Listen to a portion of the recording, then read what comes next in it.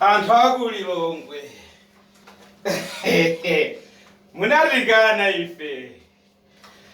Kumanena kuti tikununkha. Kununkha kujatu.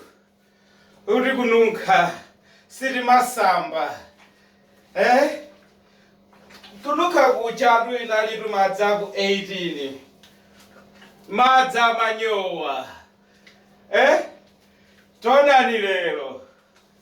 Tinasamukira kuona bodi. Kosamba madzakilini. Azanu pano anatitola, anatisambitsa. Tonani pano.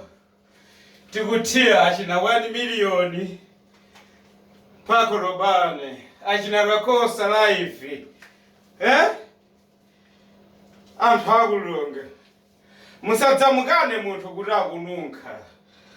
Imakhala type ya madzi amene akusambira. Tonani ife azanu. Musadzawonjezeso mchitidwe umenewo. Anthu akulilongwe.